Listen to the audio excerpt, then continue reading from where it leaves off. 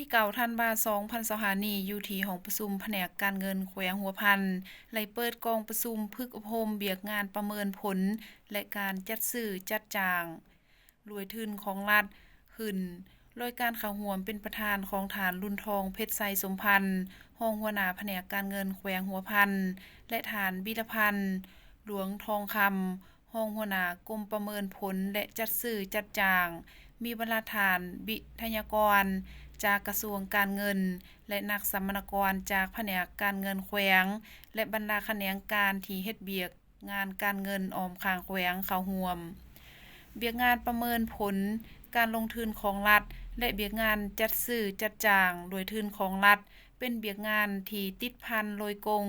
กับการนำใส่งบประมาณของรัฐแน่ใส่คุ้มครองโครงการลงทุนของรัฐและการนำใส่ทุนของรัฐให้มีความสอดคล้องมีประสิทธิภาพประหยัดยุติธรรมโปร่งใสสามารถกวดสอบไหลและประกอบส่วนอันสำคัญเข้าในการพัฒนาเศรษฐกิจสังคมของแขวงก็คือคองศาสตร์เพื่อเฮ็ดให้การจัดตั้งปฏิบัติเบียกงานดังกล่าวอยู่บนพื้นฐานระเบียบการนิติกรรมที่เป็นบอนอิงเป็นต้นแม่นกฎหมายว่าด้วยการลงทุนของรัฐคำแนะนำเกี่ยวกับการจัดตั้งปฏิบัติเบียกงานประเมินผลโครงการลงทุนของรัฐกฎหมายว่าด้วยการจัดซื้อจัดจ้างรวยทุนของรัฐนอกนั้นก็มีคู่มือจัดซื้อจัดจ้างแบบพร้อมเอกสารการประมูลเอกสารประเมินผลการเปิดซองประมูลมีเว็บไซต์จัดซื้อจัดจ้างและแบบพร้อมต่างๆที่ติดพันขั้นตอนและขบวนการจัดซื้อจัดจ้างรวยทุนของรัฐสุดพึกอบรมครั้งนี้ไหลนำเสนอเกี่ยวกับภาพรวมหลักการและระเบียบการต่างๆที่ติดพันกับเบียกงานจัดซื้อจัดจ้างนิติกรรมที่เป็นบอนอิงและบรรดาเอกสารการประมูลและวิธีการนำใส่การนำใส่แบบพร้อมต่างๆที่ติดพันกับการจัดตั้งปฏิบัติการจัดซื้อจัดจ้างรวยทุนของรัฐและขั้นตอนจัดตั้งปฏิบัติการคุ้มครองการปฏิบัติสัญญาจัดซื้อจัดจ้างการคุ้มครองและการนำใส่เว็บไซต์จัดซื้อจัดจ้าง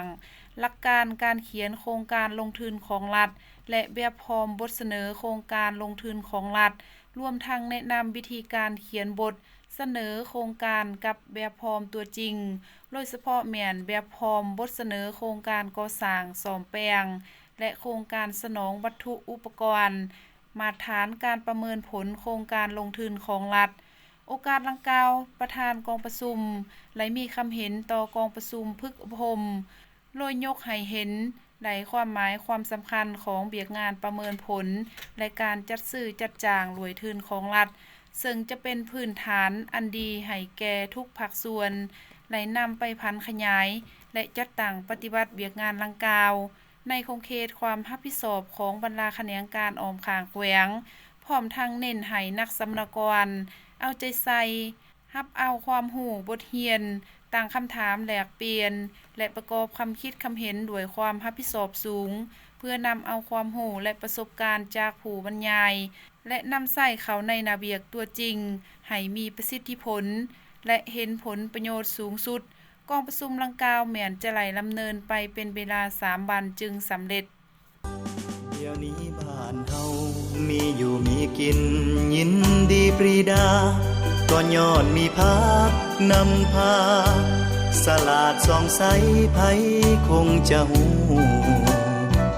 แผนพัฒนาตั้งแต่ลีพีจนถึงยอดภูรัฐบาลการยืนสู้